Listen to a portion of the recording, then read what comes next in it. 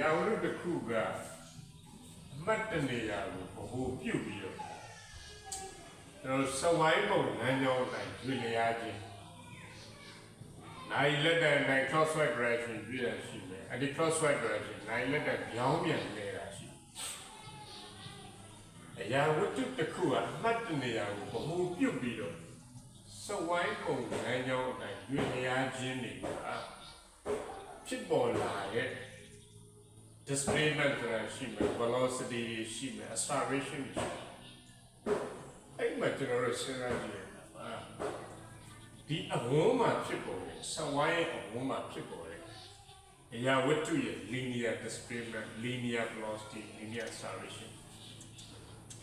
အဲ့ဒီအဝန်းမှာဖြစ်ပေါ်တဲ့ displacement velocity acceleration သူတို့ကတူတယ်တောက်ဒီနေရာပြောင်းလဲမှုကြောင့်ရရှိလာတဲ့ကျွန်တော်တို့တောင်ပြောင်းအရွေး angular displacement theta angular velocity omega angular acceleration ဖြစ်တဲ့ alpha သူတို့ရဲ့ direction တွေရတယ်အဲ့ဘ ਹੁ ဝင်ရုံးမှာရှိတယ်အဲ့တော့ကျွန်တော်အခုပြောမဲ့ဒီ quantity ရဲ့လာရသဘောတရားအားလုံးဒီ instantaneous ပေါင်းထဲမှာရှိပါတယ်ဆိုလိုတဲ့ဘောက displacement ရှိမယ် linear velocity ရှိမယ် linear acceleration ရှိ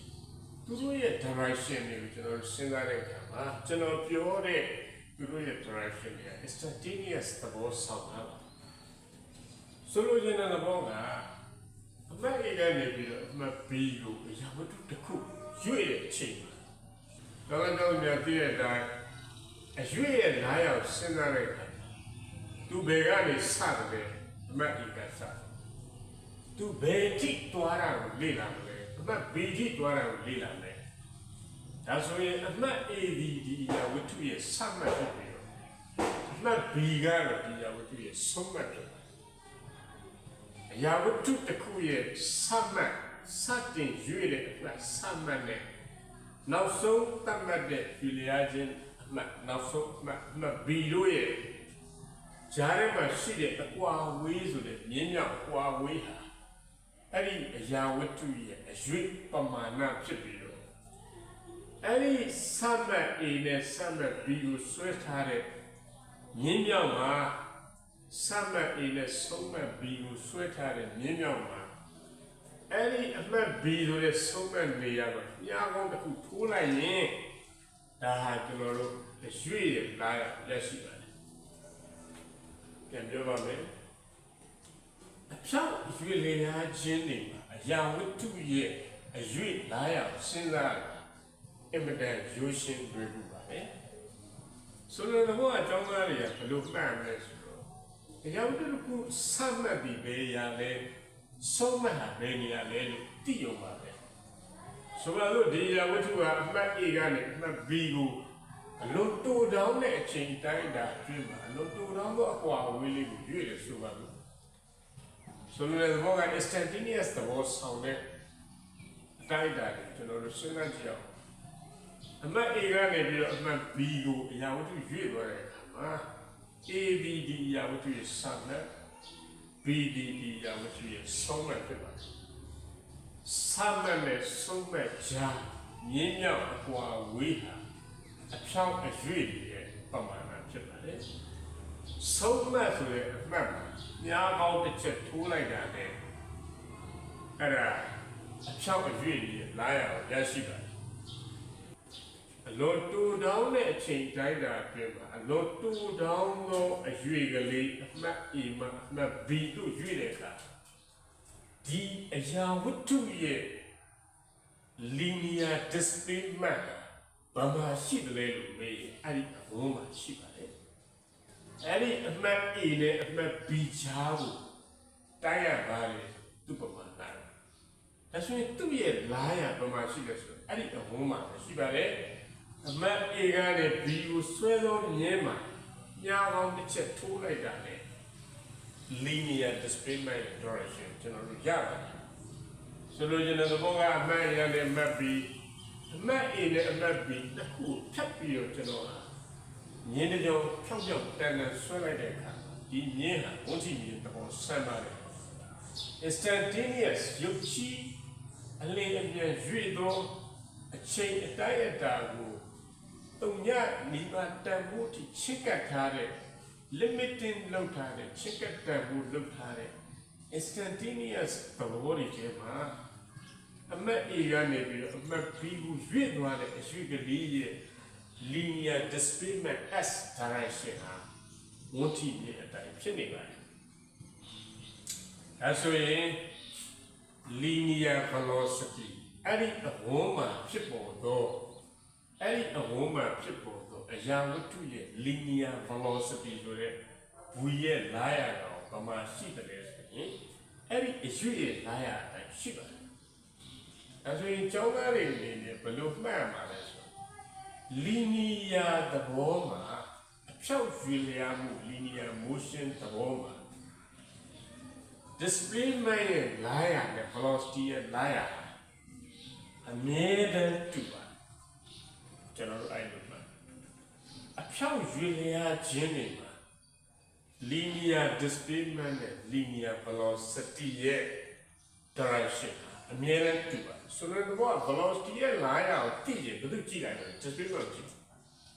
displacement ရဲ့လာရကိုစဉ်းစားရတယ်အမှန်တမ်းလွယ်ပါတယ်အမှန်တမ်းလွယ်ပါတယ်သူကဘယ်ကနေစရွေးတယ်လဲဘယ်ထိသွားတယ်လဲဆိုကြည့်ပါအဲ့ဒီစပတ်နဲ့ဆုံးပတ်ကိုငင်းမြောက်ဆွဲပြီးတော့ဆုံးပတ်နေရမှာပြားလေးဒီကြောင်ညာအောင်တက်လိုက်တာလေအဲ့သူ့ရဲ့လာရအောင်ပြဒီနေ့ displacement လာရအောင်ပြပါတယ်အဲ့ဒီစပတ်နဲ့ဆုံးပတ်ကြမှာခုနဆွဲလိုက်တဲ့ငင်းပြောက်ကွာဝေးကအဲ့ဒီ linear displacement ပမာဏဆုံးပတ်နေမှာပြားအောင်ထုလိုက်သူ့ရဲ့ direction ဖြစ်သွားတယ်ဆိုတော့ဒါဆိုရင် linear velocity ရဲ့ direction သိကြည့်ကျွန်တော်တို့ပါလို့ရတယ်အမှန်တမ်းလွယ်ပါတယ် linear displacement လာရအတိုင်းဖြစ်ထပ်ပြောပါမယ် linear motion အဖြောက်ရွေလျားခြင်းသဘောမှာဒီ linear displacement s ရဲ့ direction နဲ့ linear velocity ဘူရဲ့ direction အတူတူပဲဖြစ်ပါတယ် velocity ရဲ့ direction သိချင်ရင် displacement direction ကြည့်ရမယ်ဒါဆိုရင်အဖြောက်ရွေလျားမှုမဟုတ်ဘူးဆိုတော့ဒီမှာတော့ဒါ circular motion ဒါကြီးကိုဒါလို့အဖြောက်ရွေလျားမှုပြောတယ်ကျွန်တော် instantaneous ကြည့်တယ် instantaneous ကြည့်အကုန်လုံးအဖြောက်ရုပ်ကြည့်လျက်ရဲ့စဉ်းစားတာမှန်မှန်ဒီအဝန်းမှာ linear tangential ဘောတွေအကုန်လုံးရှိနေတယ်အဲဆိုရင် circular motion အဖြောက်ရွေလျားခြင်းသဘောတွေတော့ circular motion နဲ့မဟုတ် linear motion နဲ့မဟုတ်ဗျာကနာဘယ်လိုပြောမလဲတွားရင်လို့တွားမယ်ပြောဗျာသူလမ်းကြောင်းအတိုင်းကိုကာရတီမောင်းလို့ပဲတွားရင်လို့တွားနေတယ်အဲ့ဒီလိုဘလူပဲရွေ့အရာဝတ္ထုရဲ့ရွေလျားမှုပါဘလူပဲရွေ့အဖြောက်ရွေ့ဆာကူလာပဲရွေ့နော်ဒါမှမဟုတ်သူတွားခြင်းနဲ့လမ်းကြောင်းအတိုင်းသူ့ဘလူပဲတွားအလင်းရဲ့လာရကိုသိကြည့်ရင် displacement လာရကြည့်ရမှာဆိုတော့အရာဝတ္ထုဘလူပဲရွေ့အလင်းရဲ့လာရနဲ့displacement လာရတူနေသလားဆိုတော့ကျွန်တော်ဆိုလိုချင်တဲ့သဘောက instantaneous အကုန်တူပါ instantaneous သဘောမှာ velocity direction သိကျင်တာလည်းကျွန်တော် displacement direction ကြည့်တယ်ဒါပါပဲဖြောက်ကောက်နော်ဖြောက်တယ်လို့ကောက်တယ်လို့ရွေ့ဘလို့ရွေ့ instantaneous သဘောတိုင်းမှာ velocity ရဲ့လာရ displacement လာရ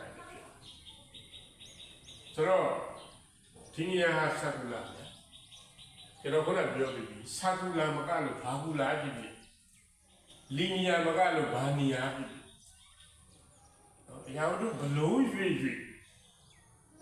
ဆိုတော့ velocity ရဲ့လာရ displacement လာရအတိုင်းပဲကြည့်ဘာဖြစ်လို့လဲဆို instantaneous လောက်တာ instantaneous တော့စဉ်းစားတယ်ကျုပ်ကြည့်ရတဲ့အဲ့ဒီအတွင်းမှာဖြစ်ပေါ်သောအရွေ့ရဲ့လာရနဲ့ velocity ရဲ့လာရလုံးဝတစ်ထပ်တည်းဖြစ်ပါတယ် velocity ရဲ့လာရဒီ displacement လာရနဲ့ဒီလိုဖြစ်ပါတယ်ဒါဆိုရင်တော့ကြောင်းကလည်းရှင်းသွားပါအရာဝတ္ထုတစ်ခုရွေ့လျားခြင်းရွေ့နေတဲ့အရာဝတ္ထုမှာသူ့ရဲ့အလျင်တိုးနေခြင်းဆိုတာလေဖြစ်တတ်ပါတယ် velocity increasing နောက်တစ်ခုသူရွေ့နေပေမဲ့လို့သူ့ရဲ့အလျင်လျော့ကျနေခြင်းဆိုတဲ့velocity decreasing concept တွေရှိပါတယ်